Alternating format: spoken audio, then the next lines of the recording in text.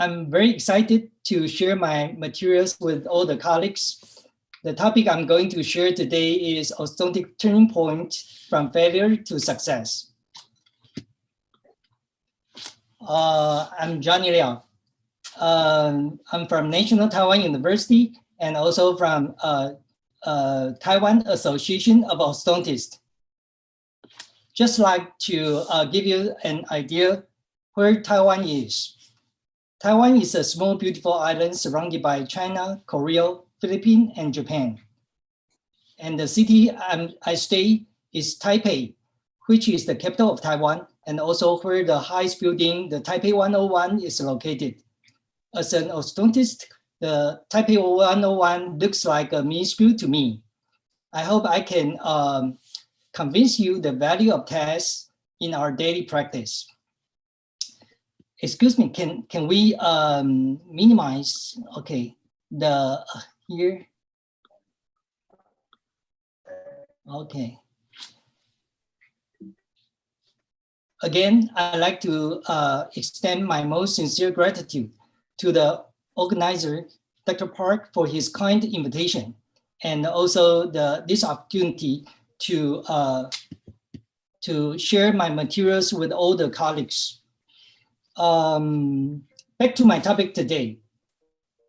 I like to focus on some critical decision making in our daily practice. Here this is the theme of 2020 TAO annual conference. Actually, after the last overseas international conference I have attended is 2020 annual meeting in Portland, United States. After that, it seems everything locked down. And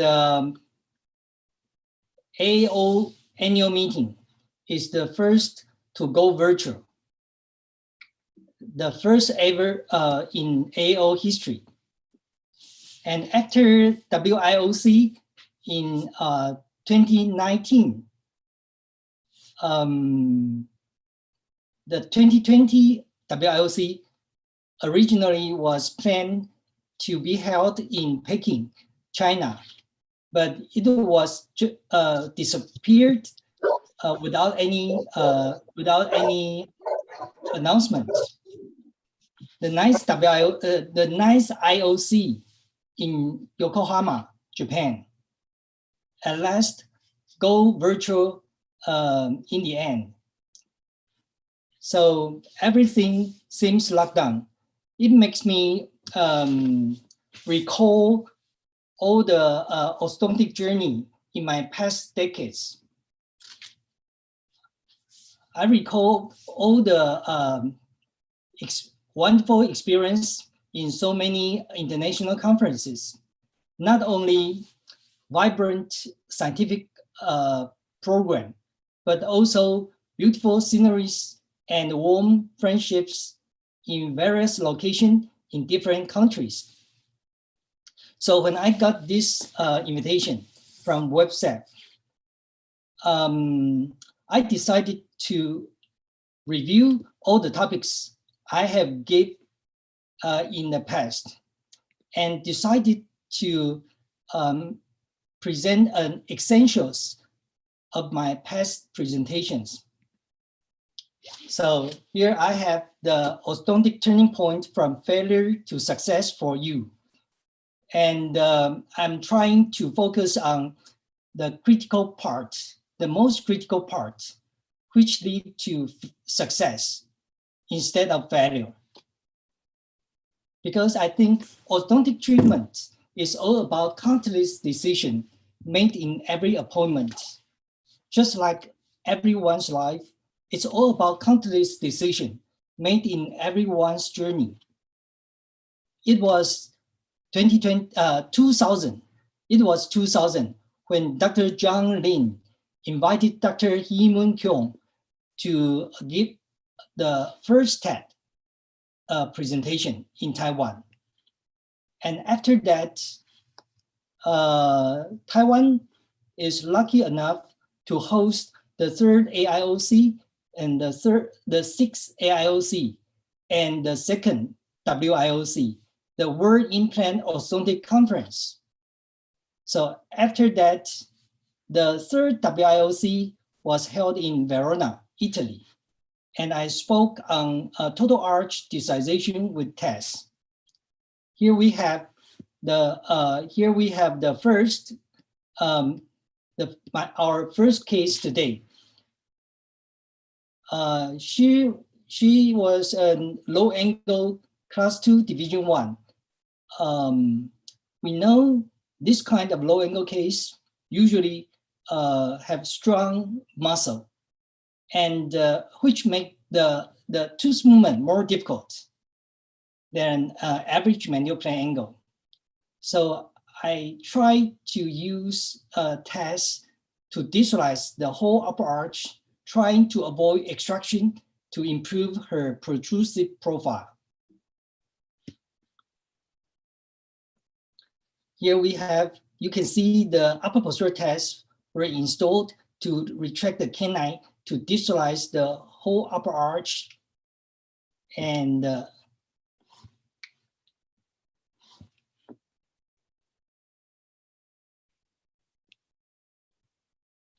in addition to upper posterior TESS, I also installed the lower posterior TESS to upright the lower incisors, because if we do not upright the lower incisors, there is no room, no overjet for us to retract the upper incisors.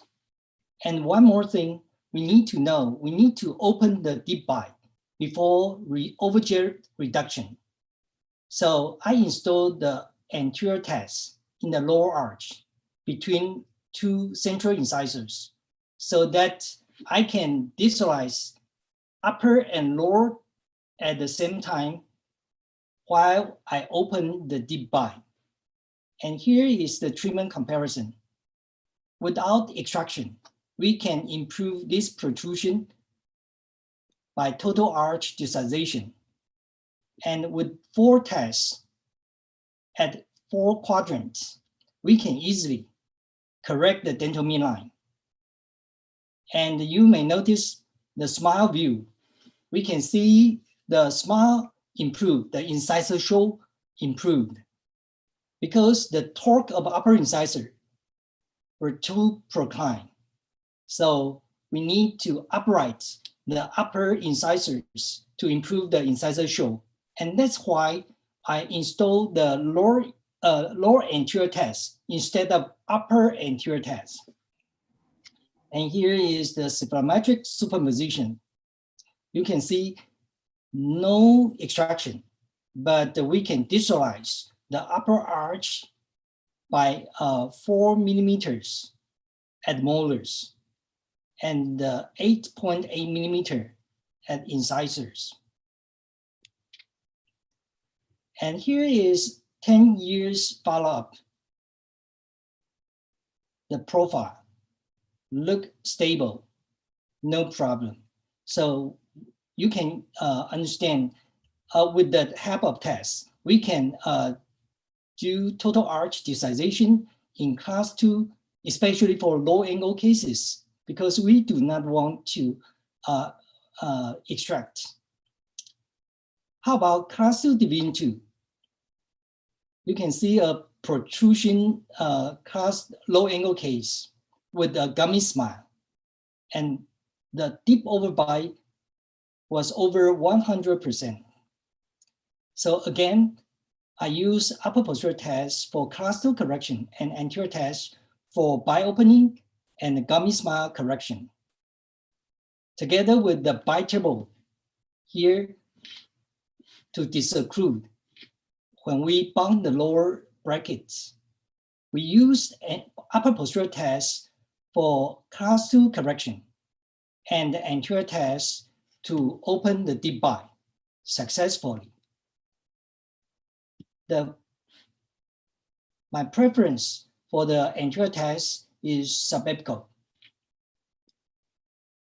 with the anterior test, you can see we can open the deep bite like this and reveal the worn incisal edge so that you can restore the worn incisal edge.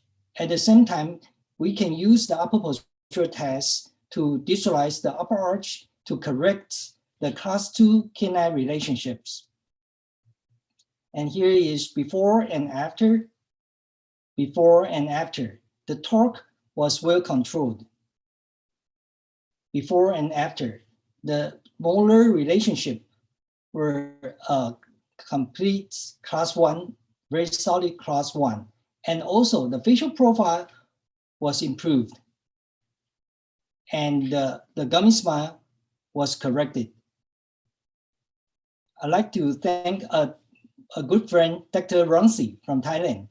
He drew this illustration to show the combined intrusion and retraction force system for this case. And he also drew the cyclometric superposition to show the treatment changes. We can see the total arch desization in the upper arch so that we can reduce the facial profile. With the incisor intrusion, we can also correct the gummy smile. Without extraction, the upper arch was distalized in mass.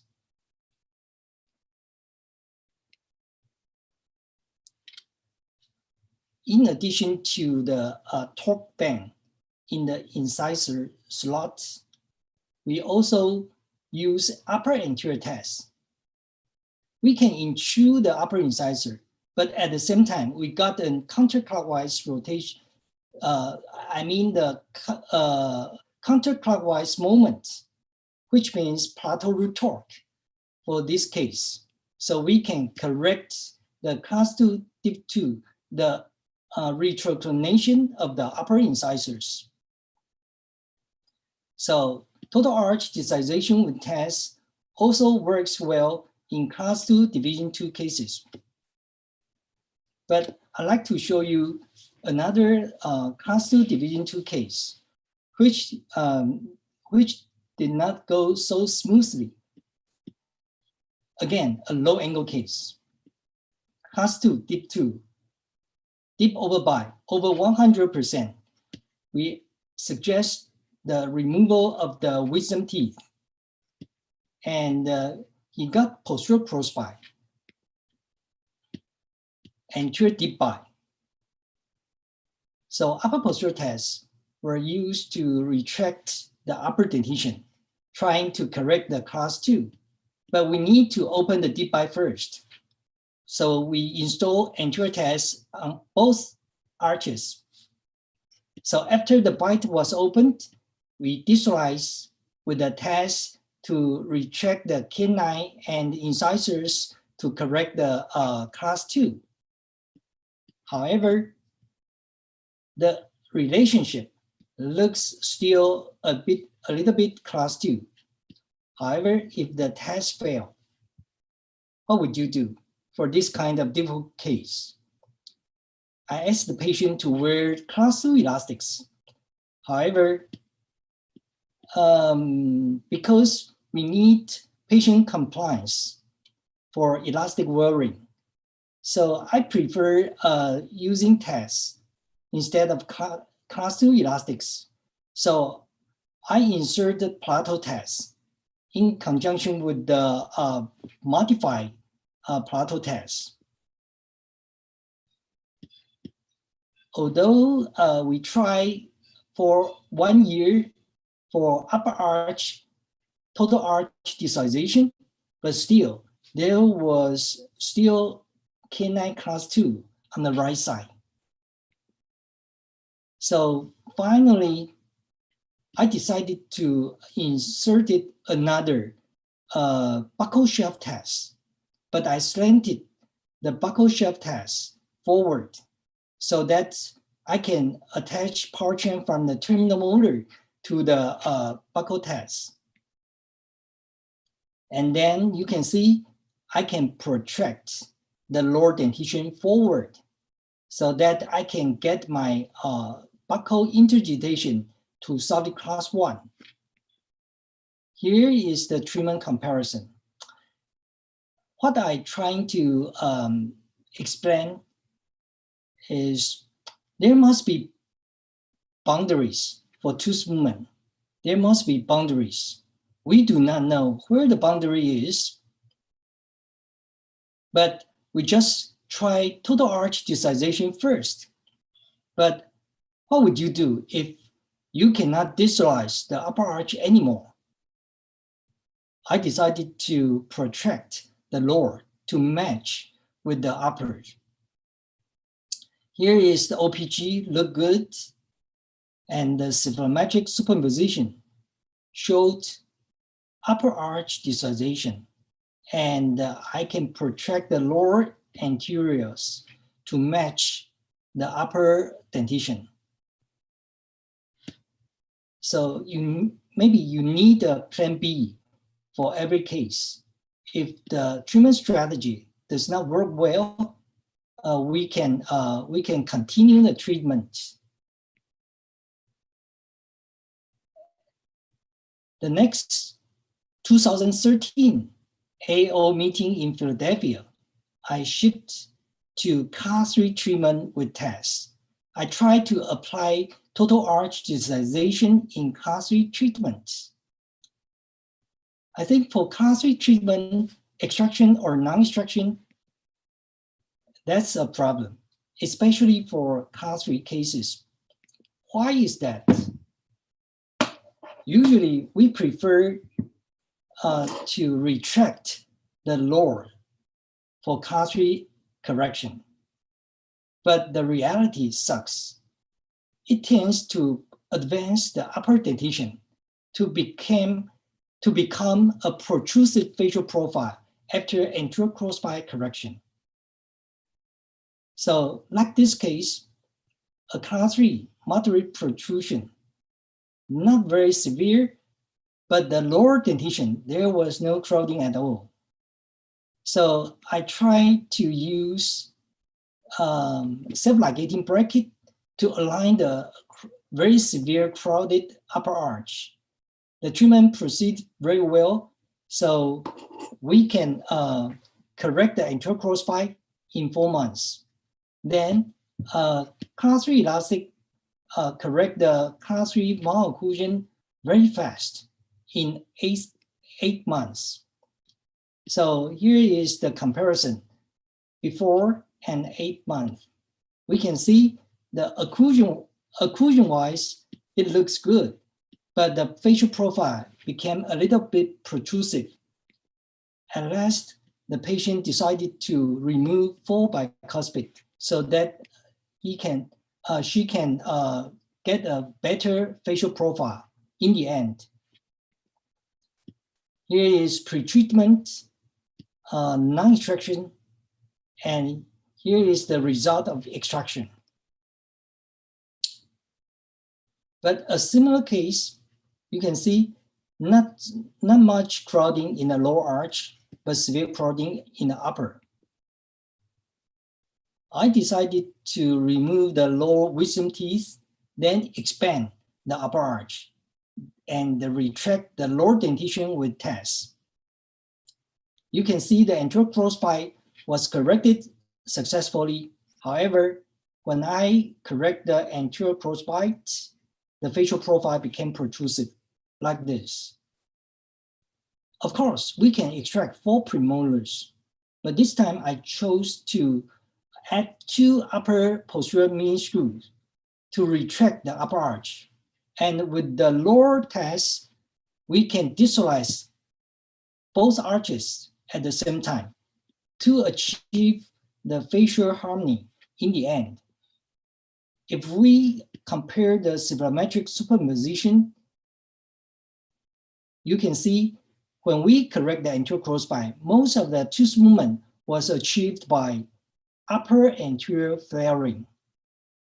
And after I install the upper posterior TAS, I can continue to distalize the lower dentition, and at the same time, I can distalize the upper dentition so that I can get the ideal facial profile after I finish this case.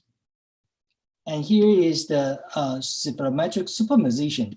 You can see the black initial, the purple after anterior crossbite correction, and in the end, the red indicates we retract the incisor back to restore the original position, but the net effect is lower dentition digitalization to correct the anterior crossbite. So with the test to digitalize the lower dentition and also upper dentition, we can maintain the facial profile and improve the facial profile after the anterior crossbite correction, which leads to temporary protrusion. However, of course, the diagnosis is the most important one. You can see a very similar case. Not much crowding in the lower, only a little bit on the upper. So I decided to remove the wisdom tooth on the upper and retract the lower dentition with TAS. After anterior crossbite was corrected, we continue to retract the upper with upper posterior TAS. Although the occlusion looks good, but the patient complained of steel protrusion. This was not what he wants. So we decided to remove 4 premolars and close all the spaces to improve his facial profile. So let's compare pretreatment, non-extraction, and extraction. I think the patient was right. I like the profile better. So for any treatment strategy, you need to be very careful of the indication, diagnosis. So extraction and non-extraction, I think is just like the pendulum, swing back and forth. You need to be very careful, and you need to communicate with the patient to see what he or she wants. I'd like to share you another dilemma case. Because this lady asked for retreatment because she got her orthodontic treatment during her adolescence. You can see the lower first premolar were extracted in her prior treatment, but she complained of protrusion. I think that is because the late mandibular growth after orthodontic treatment. So I decided to remove the lower first molar to close the space. Then we will retract the lower dentition. What about upper? In class 3 cases, I hesitate to extract in the upper arch. So I just try to digitalize the whole upper arch with TAS. So here we will go. You can see I remove the lower first molar and retract the lower dentition. Retract the lower anterior to close the space, but I need the upper posterior TAS to digitalize the whole upper arch to keep ideal overjet. When we close most of the spaces in the lower arch, one day I noticed the root looks so obvious through the lingual mucosa. So I decided to stop the lower retraction and close the spaces by protracting the lower molars using the TAS. I use subapical TAS with the extension lecture wire to hook the terminal molar and forward. and also use class 2 elastics. So I finished this case like this. Looks like the lower second molar replaced the first molar. All the others look basically the same, but the better interdigitation, of course. And we can see the lower incisors became more upright, retracted, so she got better, less protrusive facial profile. The OPG looked not bad. And here is the cephalometric superposition showed a large amount of lower incisor retraction. For the upper, we can use the upper posterior test to distalize the whole upper dentition so that we can keep the ideal overjet after we close lower first molar spaces. But we had better be careful about the periodontium. You can see the lower incisor, the root of the lower incisor seems a little bit out of the alveolar trail, which is very dangerous. You cannot retract it all the way. Maybe you need to be careful monitoring the alveolar housing. If the root were still within the alveolar housing. If not, we had better stop and change the direction of tooth movement. Not all the spaces were closed by retraction. So that was for my 2013 AO presentation about class 3. The next is WIOC. In the same 2013, we got a large group of delegates to promote the first Taiwan International Orthodontic Forum in 2014.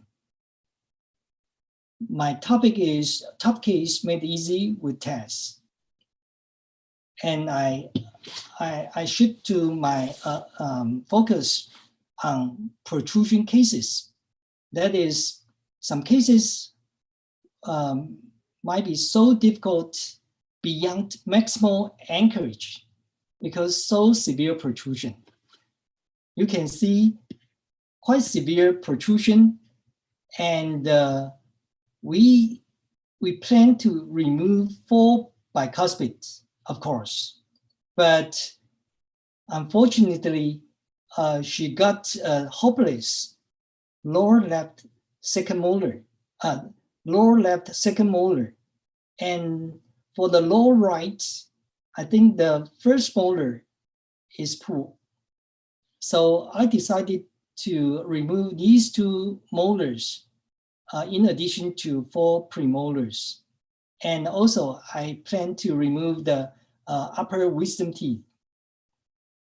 But after extraction, when we bonded all the appliances, you may notice so much space in the lower arch.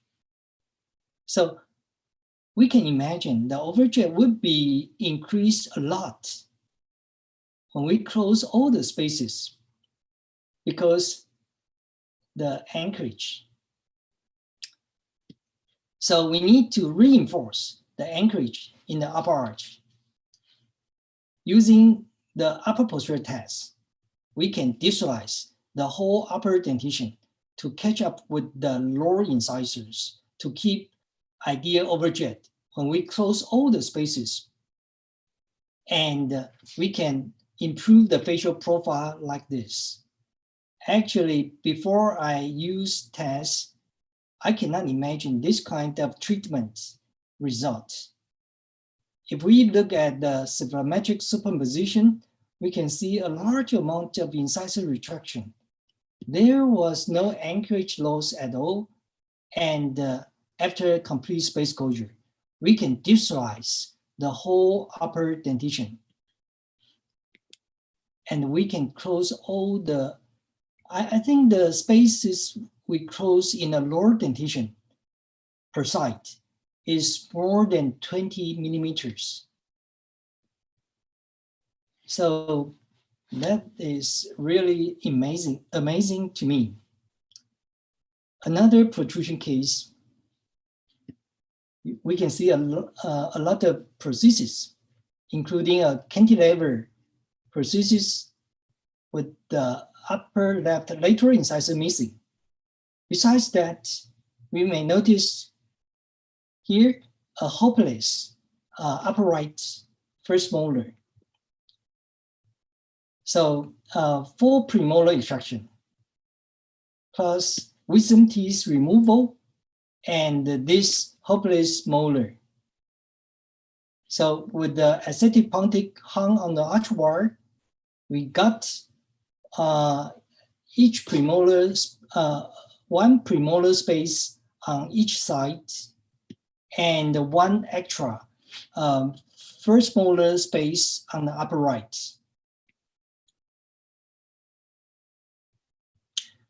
You know, during the space closure, there will be a tendency for the upper dental midline to move to the right because on the upper right, there was an extra molar space there.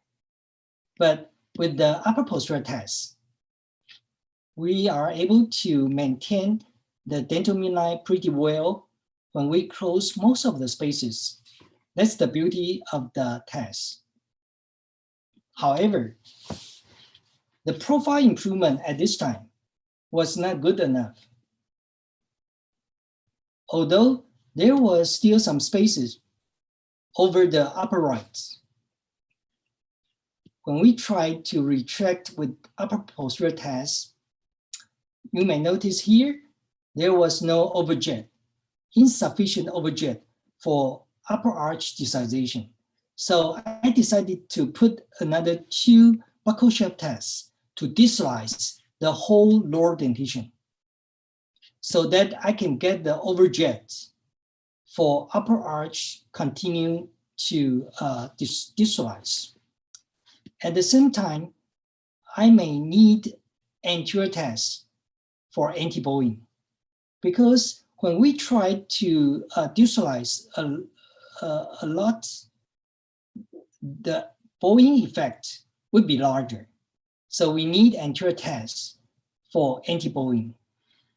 After a massive amount of incisor intrusion and retraction, you may see the upper incisor became so short. It looks embedded into the gingiva. And here, because we retract so much, but the bone stay, it looks like exoastosis. So we arrange a periodontal surgery, a crown lengthening to restore the crown length, and alveoloplasty to smooth the alveolar contour. And here is the how she looked like at debonding. Here we can close all the spaces and restore the missing lateral with implant prosthesis. Cephalometric superposition showed a large amount of incisor retraction. And we can also notice the counterclockwise rotation of mandible to improve the chin projection. Here is the progressive facial profile change. This was the debonding.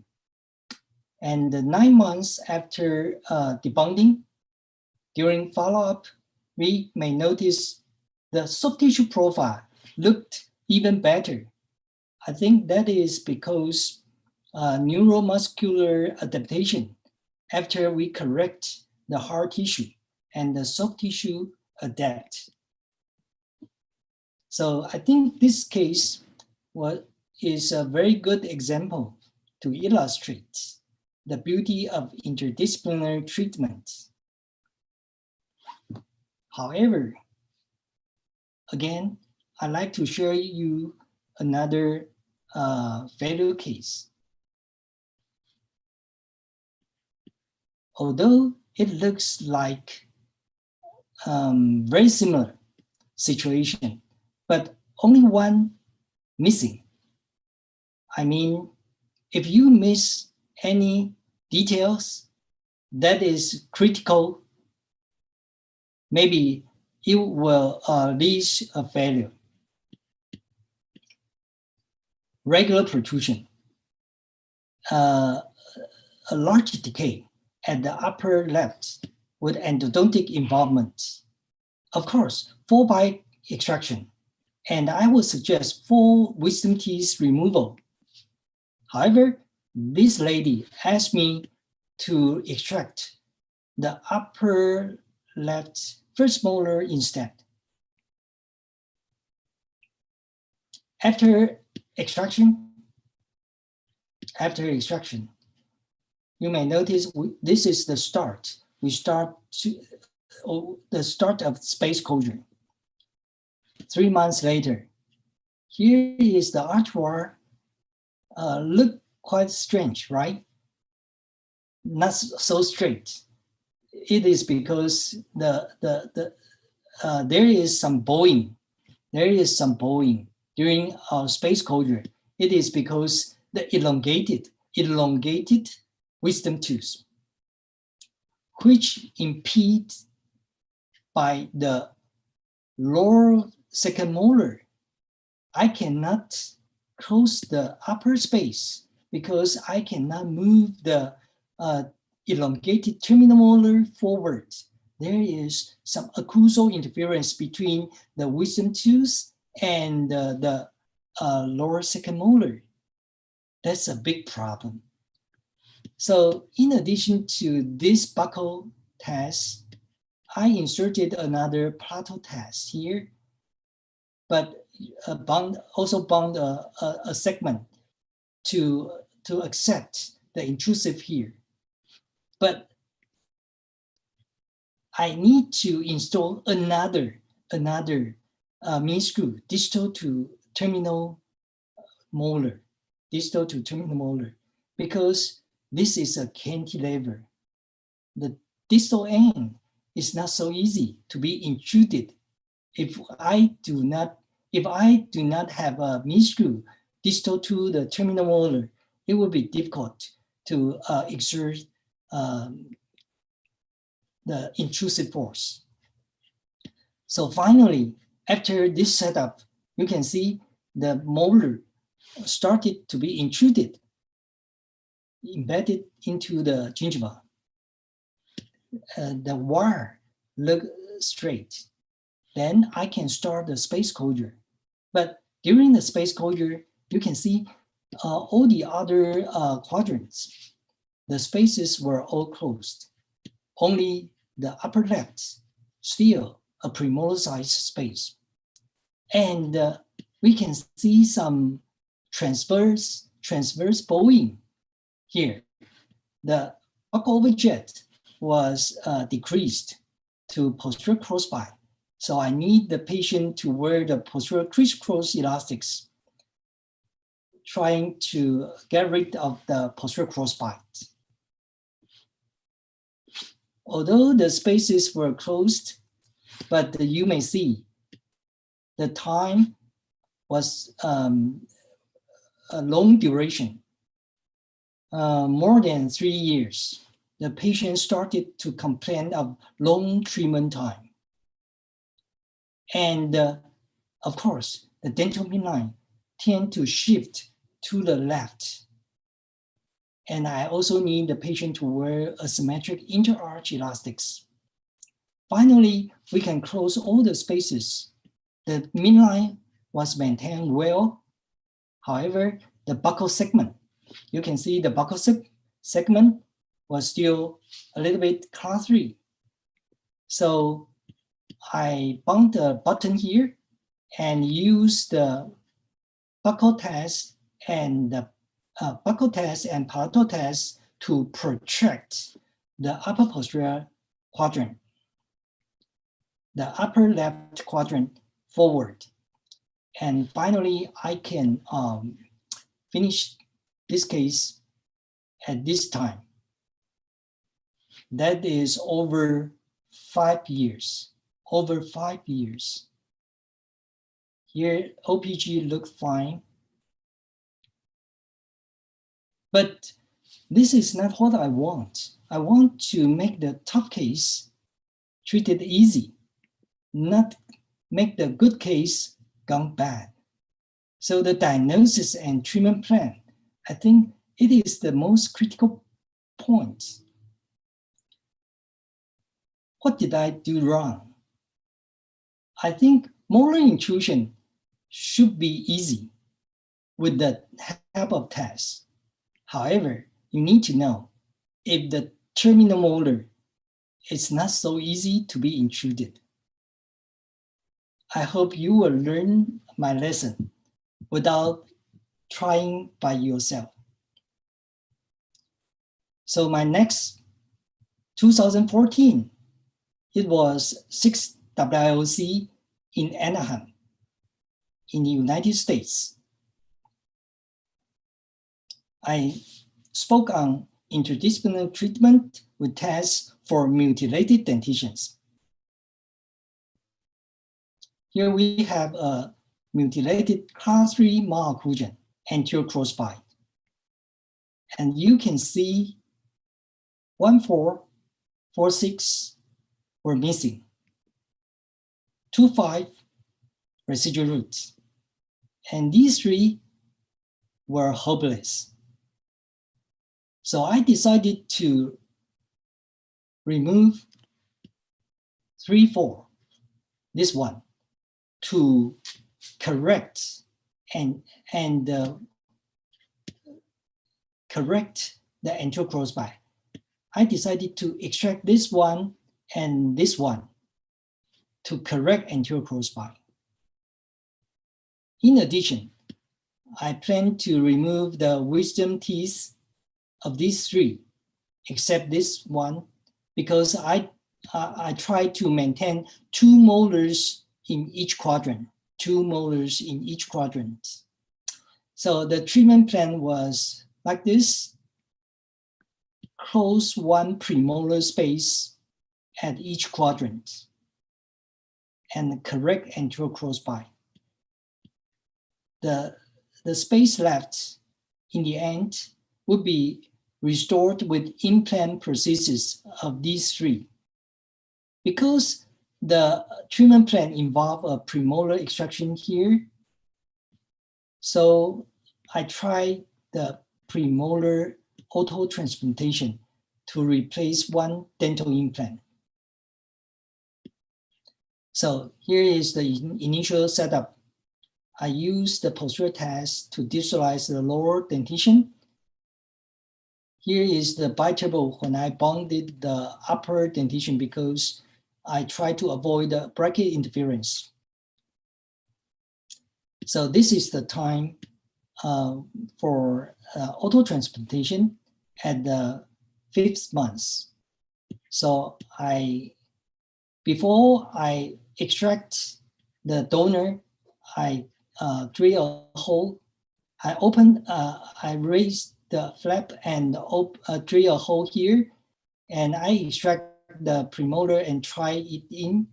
Then we suture the flap with the wire and bracket to stabilize the autotransplant here, and use the periodontal dressing. Within 2 weeks after surgery, we arranged the root canal treatment to avoid the endotoxin released from necrotic pulp. So after that, here is the autotransplant.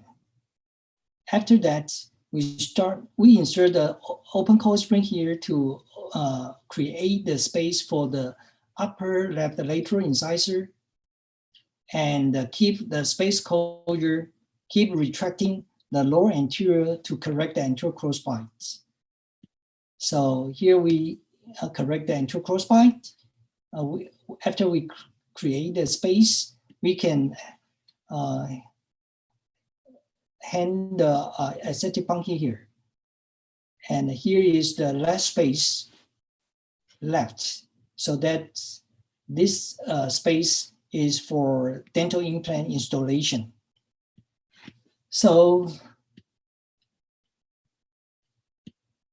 the other specialists started the guided bone regeneration, implant installation, and the connect tissue grafts step by step. And finally, we can finish this case like this. One autotransplantation and 2 dental implant. Here is the cephalometric superposition. We can visualize the lower incisors to correct the lower lip protrusion and finish this 4 months rehabilitation by 1 autotransplant and 2 dental implants. And here is the follow-up, 3 years, 8 months. And here is the periapical film of this one, the autotransplant. So for this kind of 4 months rehabilitation, if we can include the interdisciplinary treatment, we can have this kind of autotransplantation to preserve the patient's extraction tools to continue the use. But not every case is as successful as the previous one. I'd like to share you again a failure case. Here we can see a protrusive case with the gummy smile. And in addition to lower right first molar, the lower left were 2 missing. One missing was the second premolar and the first molar. So the treatment plan is upper bicuspid extraction, upper first bicuspid extraction, and upper wisdom teeth removal. Close 1 space in the lower arch at each quadrant, then 1 dental implant. But with the concept of autotransplantation, we can transplant 1 premolar to the place of the dental implant. So here we go. We can see after initial alignment, then we can we do the autotransplant here. However, this one was not successful because of gummy smile. I insert the anterior test, upper anterior test for gummy smile correction. And I started the space closure in the lower arch. However, you may see the angulation of the second premolar look not so good. So I cannot use the regular sliding mechanics that I use to close the spaces because there was some friction. So I use the closing loop to close the spaces and finish this case like this. Actually, this patient was happy because of the profile improvement and the gummy smile correction. If we look at the cephalometric superposition, it looks good. And here is the OPG. But if you look at the angulation of the autotransplant, you may notice the angulation seems not so good. It is because I got the ankylosis. The reason why I failed in this case, I think there might be some reason. The first one might be the alveolar ridge actually not wide enough. to accommodate the roots, to accommodate this root. And the flap adaptation is not good enough. And then the wire was not passive. So the bonding position of the bracket and the wire, the combination of the wire and the bracket relationship was not good, was not so passive. So that I got this case to be ankylosis. And one thing which is more important, at least I chose the right site for the autotransplant, because once it was ankylosed, I cannot move it at all. But luckily, we can finish the occlusion like this. Although it was ankylosed, we cannot move these tooth, but we can finish all the other teeth in compatible position with this ankylosed tooth. But we need to know the prognosis of the ankylosis. It due to resorption, the replacement resorption. So I had better to watch it very carefully to follow up this case. The periodontal pocket looks good. After more than 6 years, still looks good. But the periodontal membrane looks not so clear. There might be some resorption. So I learned my lesson. And in this case, a multiple missing in the lower arch, but the severe prodding in the upper. So I decided to do the auto transplant from here to here, from here to here. So this is the first one. The upper to the upper right to upper to lower right, the upper left to the lower left. But please notice this one. I rotate this premolar to mimic canine. And more importantly, I rotate the transplant to be accommodate in this narrow ridge, because the ridge is not so wide. So we had better rotate a bit. And after the auto transplantation, we can close all the spaces and finish this case like this. Facial profile, no problem. Occlusion, basically okay, although not perfect. But patient was happy. And we can see the OBG looks good. And here is 10 months follow-up. Here is the periapical film at follow-up.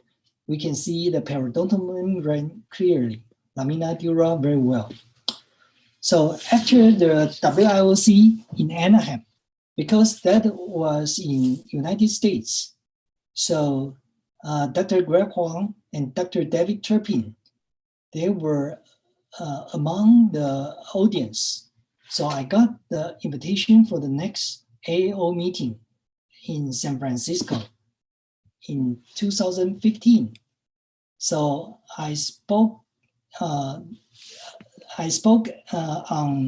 tough case made easy with tests and interdisciplinary treatments. This time I tried to focus on some borderline case treated non-surgically.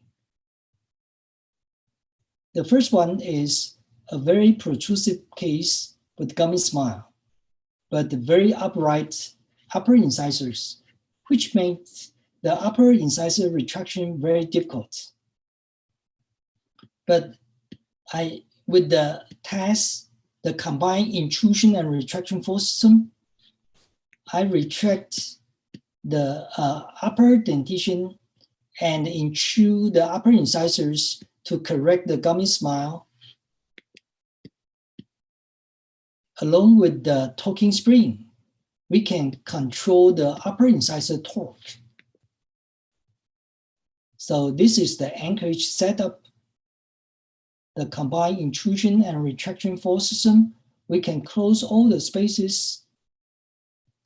Here we can see the exoastosis.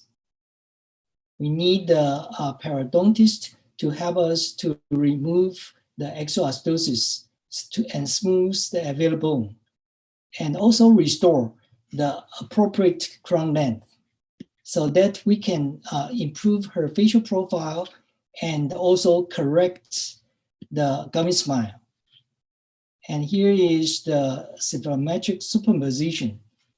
You can see there was no anchorage loss at all, and we can have the incisor intrusion and retraction. And this was traced by Dr. Ronsi. I'd like to take this opportunity to thank him again.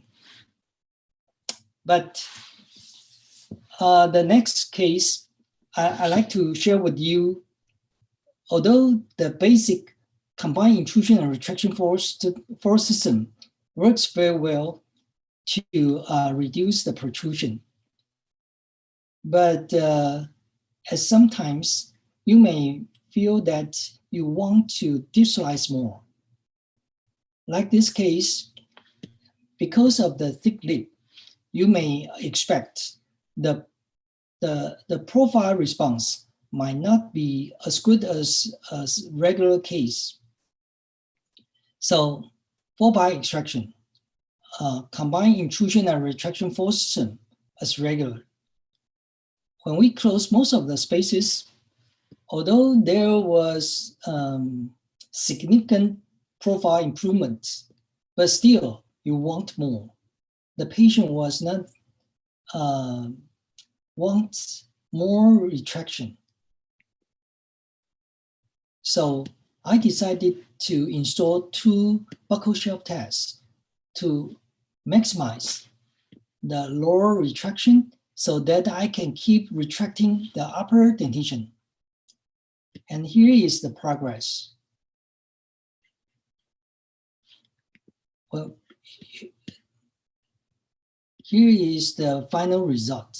We can achieve a better profile improvement in comparison with the when we close all the spaces, there was still some protrusion. But if we can install the lower test, then we can decide lower arch so we can get enough overjet for upper dentition to retract more. And here is the cephalometric superposition.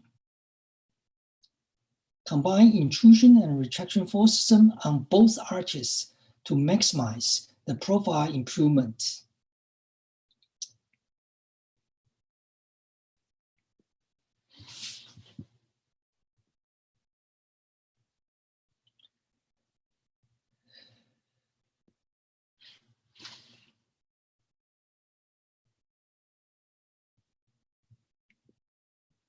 Okay, maybe I bypass this part. I just want to emphasize, if you can use the combined intrusion and retraction force system on both arches like this, then you can continue to improve the facial profile from here to here. And the key point is buccal shelf test. Buccal shelf test. And another point would be incisor torque control. Because when you distalize a lot, if you cannot control the incisor torque well, there would be a big problem. But again, I arranged the next case to be a fatal case.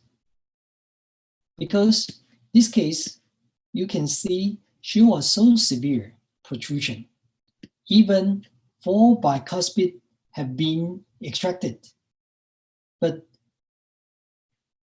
the patient asked for retreatment after her first orthodontic treatment with 4 bicuspid extracted. Actually, I was excited to see the low first molar. The condition were not good. So I proposed to remove these 2 low first molar and upper wisdom teeth, because I think I can retract the lower incisor with the molar space, and I can use the upper posterior test to distalize the whole upper dentition. So here is the progress. Although I can distalize the upper arch during the space closure, but the overjet, still, I cannot get ideal overjet, because we know there are boundaries for tooth movement. There are limitations. So in the end, I need to install the buccal test and protract the low molars to finish like this. Occlusion-wise, it was good. The facial profile improved significantly, but the things did not proceed as my expectation. The OPG looked fine. The cephalometric superimposition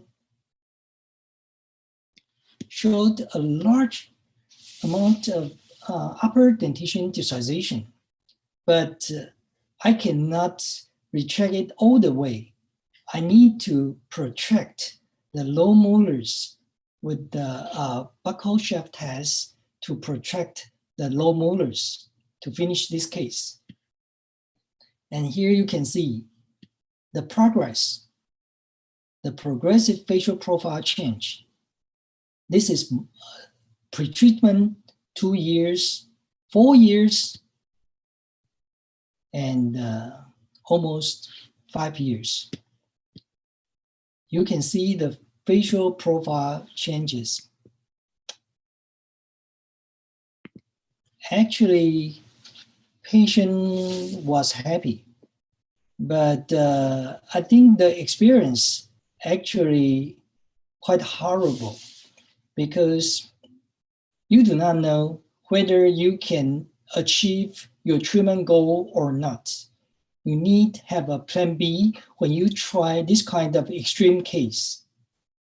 Extreme sports is usually quite dangerous. You need well prepared yourself for this kind of trial. But when I come across this case, I changed my treatment plan. Again, he is a retreatment case. You can see the upper first premolars have been extracted, lower non-extraction. But he complained of protrusion and retruded chin. So we decided to remove lower first premolars, low first premolars. But this time I chose upper second molar, because I think if I have a spaces, if I have a second molar space, then I can distalize the 6 to 6 uneventfully, because I got a space there and I can have tests for maximal retraction. But actually, I added the lower buccal test for maximal retraction, because you can see the overjet was minimal. If I cannot retract the low more, then I cannot retract the upper. So this is the force system. In this case, combine intrusion and retraction force system on both arches to maximize the retraction. 15 months into treatment, here is the profile change. Not too bad, but we can continue the forceps to achieve this kind of profile improvement. The cephalometric superposition showed a massive amount incisor intrusion and retraction. And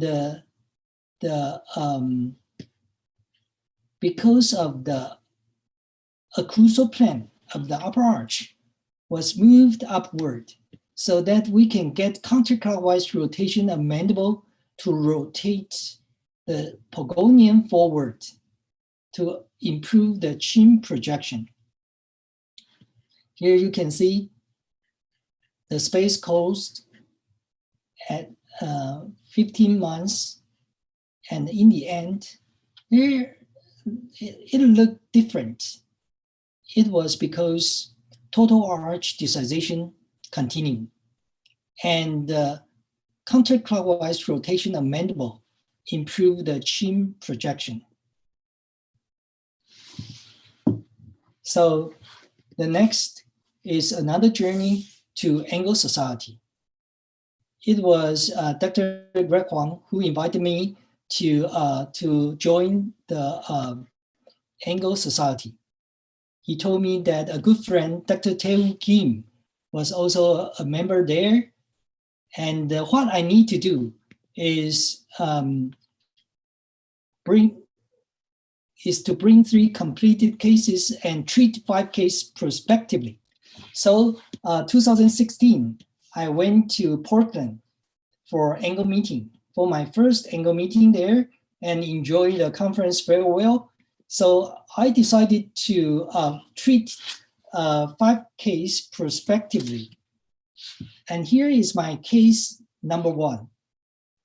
I chose this case because actually this was not very difficult case, canine impaction on the plateau side.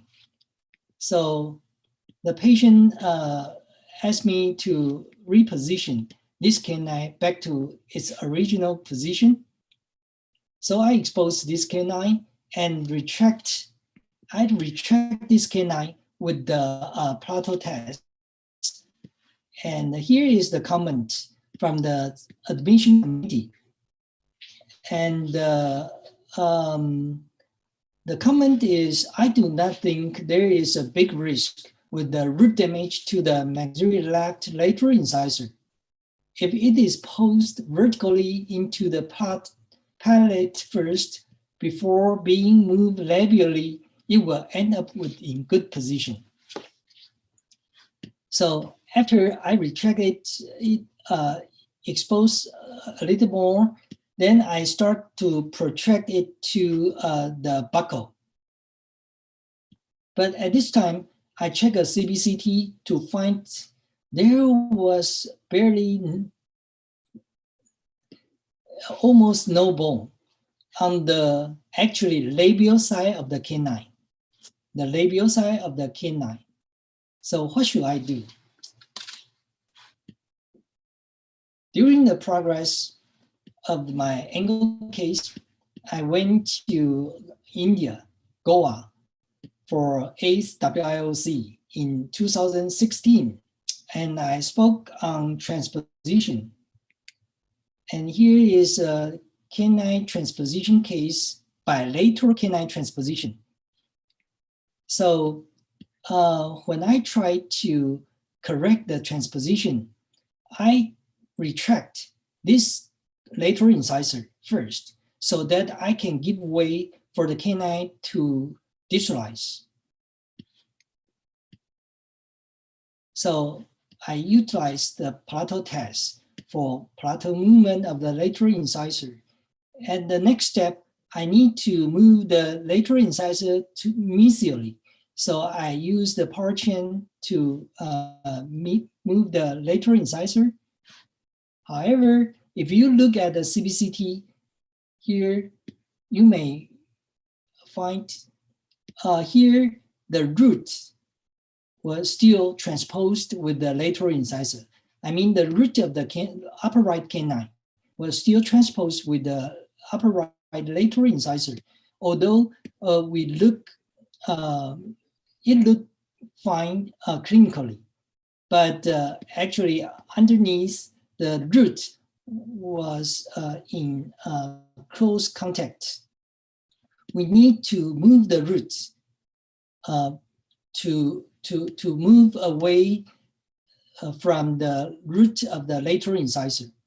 So I decided to bond the lever arm to mimic the root of the canine and move the roots first, then I can correct the transposition, not until the roots were clear of contact, close contact. And finally, you can see after I confirm the root clearance with the CBCT, then I can move the canine back to its ideal position. But still, if you look at the CBCT, you can see the root, the direction of the root was almost horizontal, which require a long term to move the roots upright on the on its original angulation and position. So it took 5 years to correct the transposition. In this case, you can see before and after. Here is before and after. OPG looked fine, and both the canine transposition were corrected. And here, so if you ask me the key point for the final success, I will say one of them is the lever arm to pass the force through the center, near the center of resistance. And another key is CBCT. I think that is the light at the end of the tunnel. Otherwise, you do not know the condition, the relationship between the roots underneath. And every time a good friend of mine, Dr. Chris Chan, he always say, believe me, it's easy. But actually, I need to say, believe me, it's easy to end up failure, because I'm going to show you another failure case. You can see the extracted canine, a severe root resorption like this, and that is because root collision. Again, you can see a canine here. After exposure, start to track the canine. It looked not bad. Here, we start to rotate the canine from here to here. Initially, we bound the lateral, but somehow we feel that it would be better to have freedom for this lateral incisor when we move this canine. If there is some root contact, there is still some freedom. So we release this canine, this lateral incisor. But when we try to rotate this canine, something happened. You can see severe gingival recession like this. So I was frightened, and I decided to stop and try to move it back to intrude this into the soft tissue gingival and try again. But at this time, I took a CBCT, and I noticed here the root, the relationship of these two roots are still in close proximity. And if we look at the panel, there was still a cross. So finally, I lost this canine. When I removed the canine, it looks like this, a severe root resorption, a result of root collision. So what would you do for the next? Finally, after a struggle, a couple of months, I decided to use a plateau test with the spring to hold the incisors and protract the buccal segment forward to close the space, and finish this case like this. Right side class 1 and left side class 2. So what would you do for my angle case 1? My angle case 1. I decided to do the auto-transplant. I decided to try the auto-transplant before it was too late. Before it was too late. Because I think if I wait, maybe after the gingiva was started to recede, it might be too late. So I decided to try autotransplantation before it was too late. And I finished this case like this. It looked not too bad. All, of course, except the canine, all the others look so simple. But that was patient's chief complaint.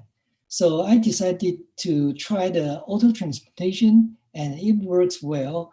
And I finished my autotransplantation in this case, so that I do not lose this canine.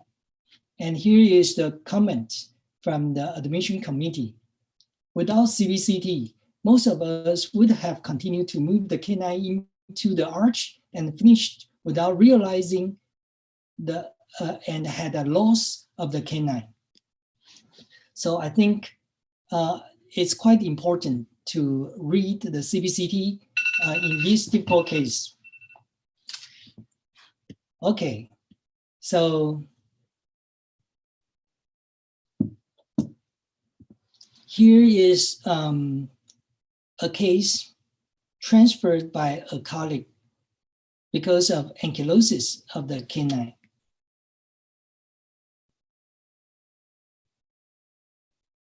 Here is a radiograph, and clinically, I rebound the bracket and try to make space for the canine and try to use tests to extrude the canine, but in vain.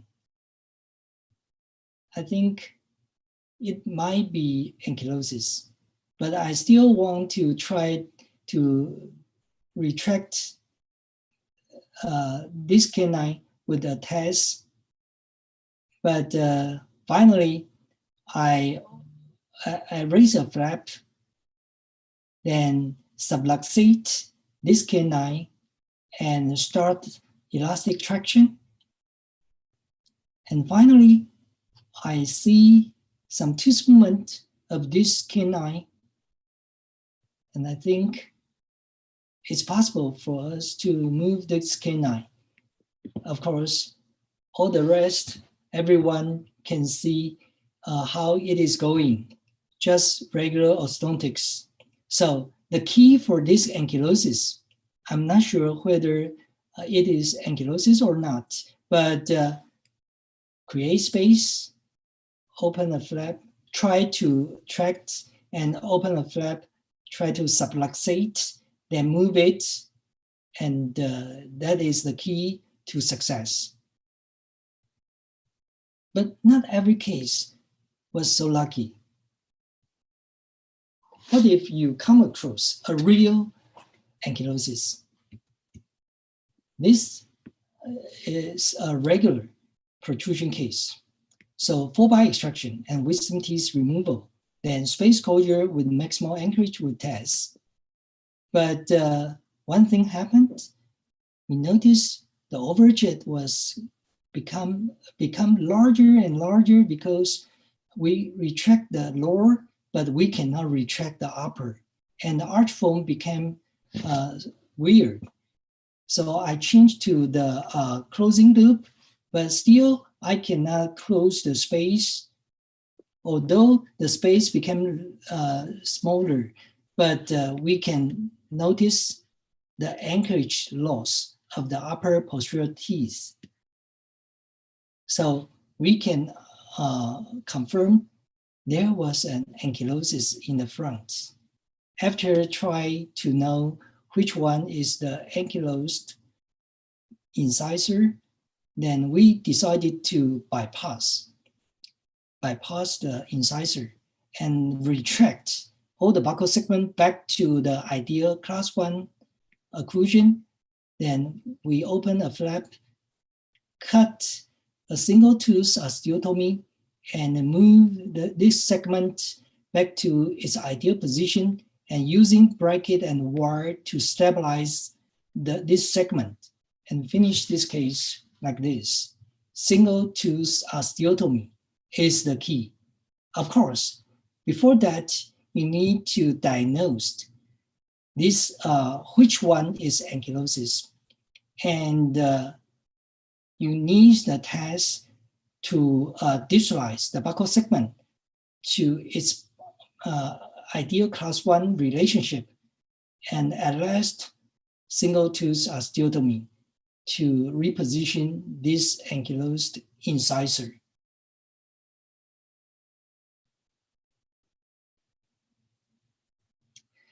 Okay, the next is WIOC in Kobe, Japan. And 2018 AAO in Washington, DC.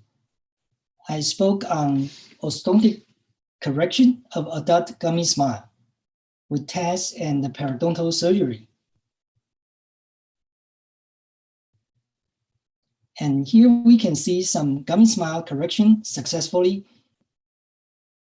but I like to show you the most difficult one because she was definitely a surgical case. And she refused to receive orthodontic surgery. So with the understanding of compromised treatment results, we remove 4 bicuspid and wisdom tooth, then combine intrusion and retraction force system on both arches. Here you can see again, the arch wire at the terminal did not move upward. So I decided to install another test, distal to terminal molar, and also a plateau test on each side to focus on molar intrusion to close this open bite, So with the molar intruded, we can close the bite gradually and finish this occlusion. And here is the treatment results.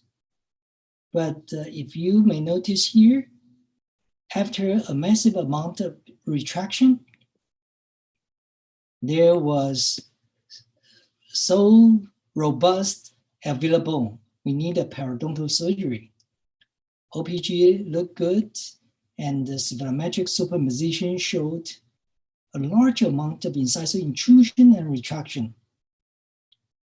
And if you look at the cephalogram superposition, intrusion everywhere, so that we can get the counterclockwise rotation to improve the chin projection.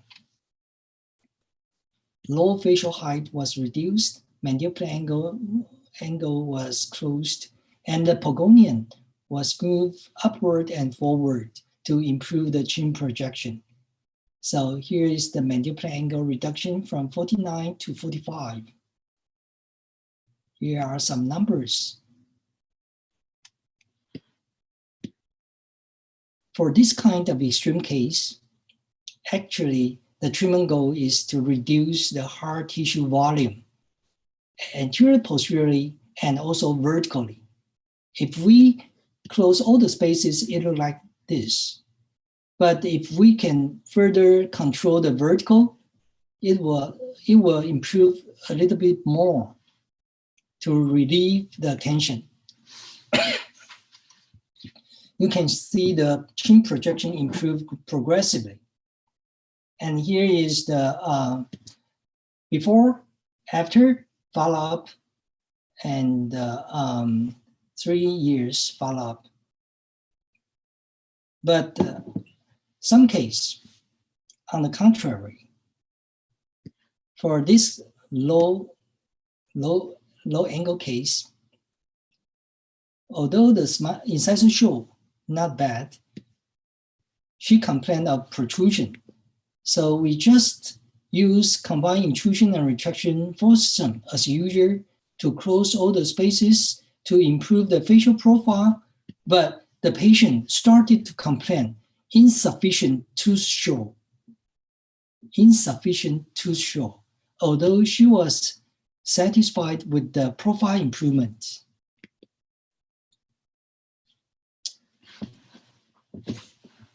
That is 10th WIOC in Bali. I learned something from some other masters. The upper incisor extrusion and the lower incisor intrusion for cases with insufficient tooth show. So here I try this anterior teres extrusion and lower incisor intrusion for this case to finish this patient like this, and she was happy for the regain of the incisor tooth show. And here is the progress.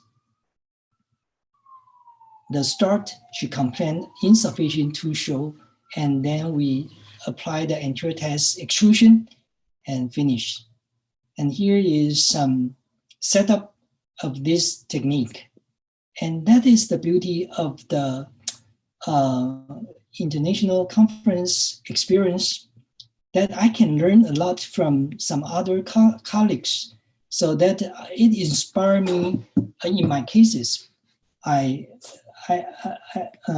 shared this in my 2019 TAO annual meeting with the anterior teres extrusion.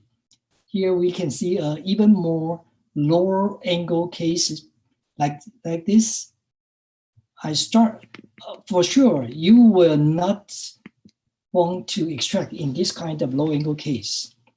So I use upper posterior test to distalize the upper arch, trying to correct the class 2. And I also, because I cannot distalize all the way, so I use slanted buccal test to protract the lower dentition. And after that, I start the anterior teres extrusion to improve her incisor show. It seems a little bit improvement, but I want to try it again and finish this case like this.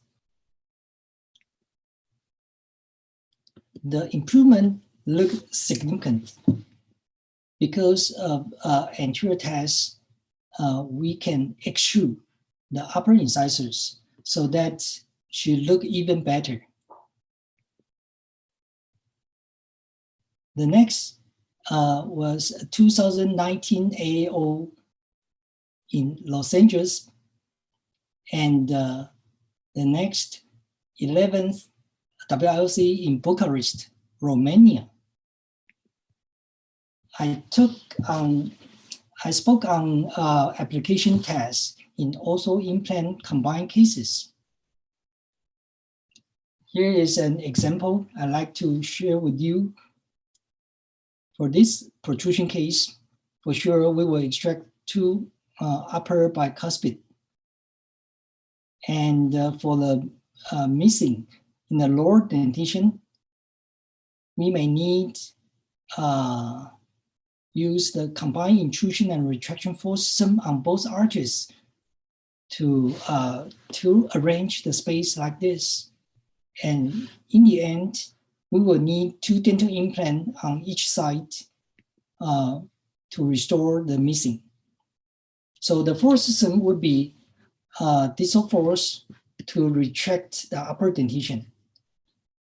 As the line of action is way below the center of resistance, the anterior tend to dump anteriorly.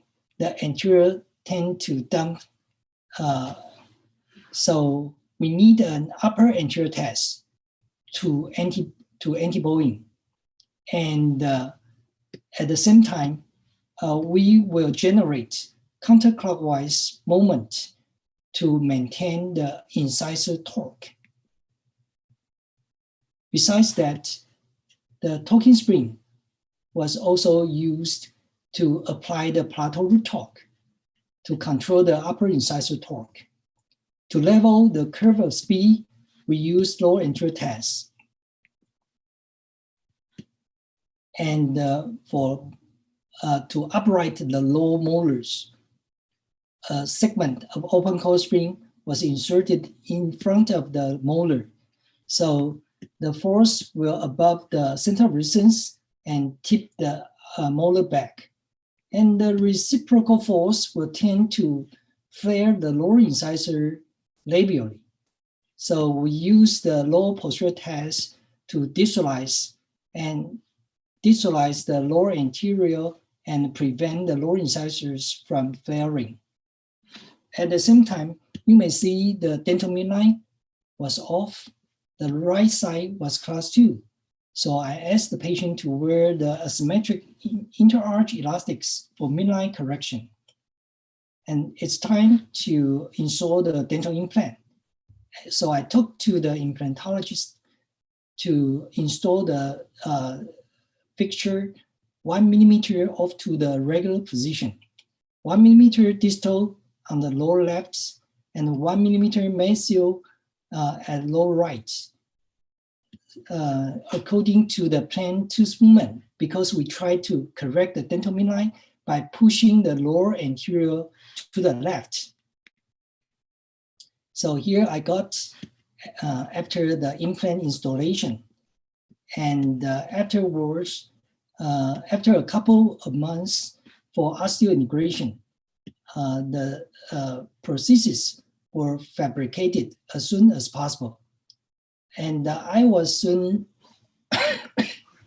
informed, I was asked to intrude the upper molars because there were insufficient interocclusal space for the implant prosthesis. So I installed the plateau test to intrude the upper molars and insert a segment of open coil spring here to push the right buccal segment to the left side to correct the dental midline. So, so after a couple of months, the dental midline were coincident, and the occlusion of the right buccal segment improved quite a bit, and we can finish like this. The facial profile were improved, and the interdentation looked good. And here is the before and after. Before and after. And this was a good example using the dental implant as anchorage to fine-tune the final occlusion. And here is the cephalometric superimposition to show you the profile change, the amount of incisor retraction. And afterwards, we need alveoloplasty to remove the exoastosis and also restore the crown length, appropriate crown length. And here is the final results. So talk to your implantologist and communicate with them for the ideal position of the dental implants. And finally,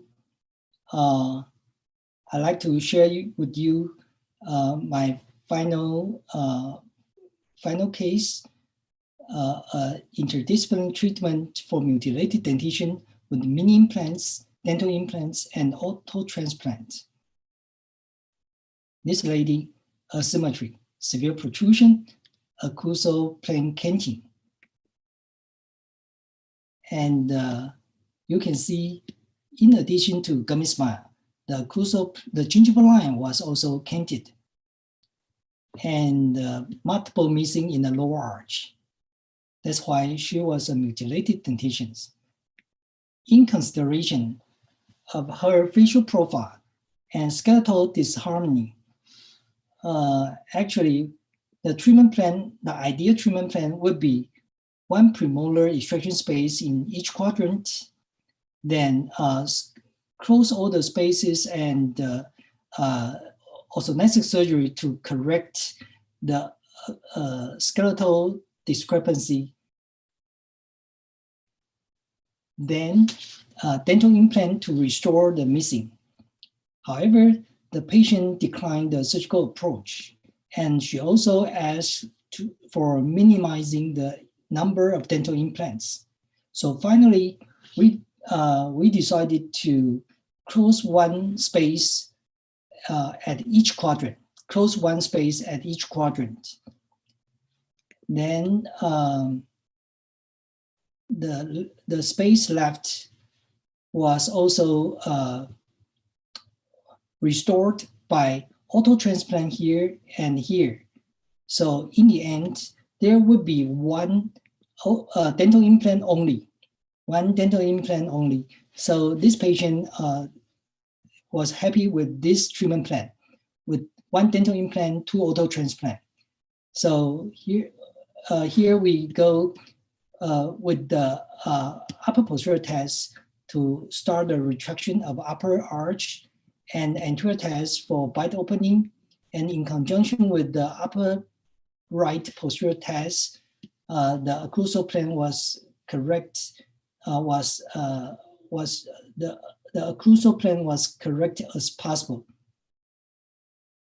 Here we have the first autotransplant from the upper right second premolar to the upper left second premolar. And here is the second autotransplant we are going to receive from the lower left wisdom tooth to the lower right first molar. So here we have the second autotransplant, the first, the second. So we keep the space closure, and here is the last space for the dental implant. So after implant installation, provisional fabrication, and here is how she looked like at debonding. Although it looked a little bit strange with 3 premolar at lower left, but the overall occlusion looked not bad. And here is the final treatment results. The occlusion-wise, it was good, and for the profile change, she was very satisfied with the profile and the aesthetics. You can see the gummy smile was corrected, although the asymmetry remained, but because we hide the gingival line above, so it was not obvious for the occlusal plane canting. So we solved this 4-mouth rehabilitation with 2 autotransplant and 1 dental implant. And here is the follow-up of these 2 autotransplant. It looks not bad. And the cephalometric superposition, we can see a large amount of incisor intrusion and retraction. And because of the intrusion, we can solve the gummy smile. And we also move the occlusal plane upward so that we can get the counterclockwise rotation of the mandible to improve the chin projection. Here to here, you can see the improvement of on the aesthetics. And here is the 7-year, 8 months follow-up. Still look very good, and the autotransplant also look stable. So after the WIOC last year, 2019 in Bucharest, Romania, and angle meeting last year in Portland, everything was locked down after the COVID-19 pandemic. So after a couple of months, I was invited by Orthodontic Mastery Group on Facebook, and also IOS, Indian Orthodontic Society. The first 2020 in-person conference was TAO annual conference in December, the first in-person conference. But I prepared the talk today. I mean, I prepared the content I took today. but actually I cannot finish the content in my time slot. So I'm very happy to have this opportunity to share with the colleagues today with the orthodontic turning point from failure to success. It is my pleasure to share some of my thoughts with you. You can, like this, non-extraction in low angle case, but what would you do if you cannot achieve the total arch desization in the upper arch only, or non-extraction treatment with tests in class 3 cases and the bimetric protrusion case? But what if the large space, very difficult to close? I share with you the difficulty I come across. So everything might be a best solution, but I like you to save your time in try and error. If there is someone who has done the same error. So here is my presentation today.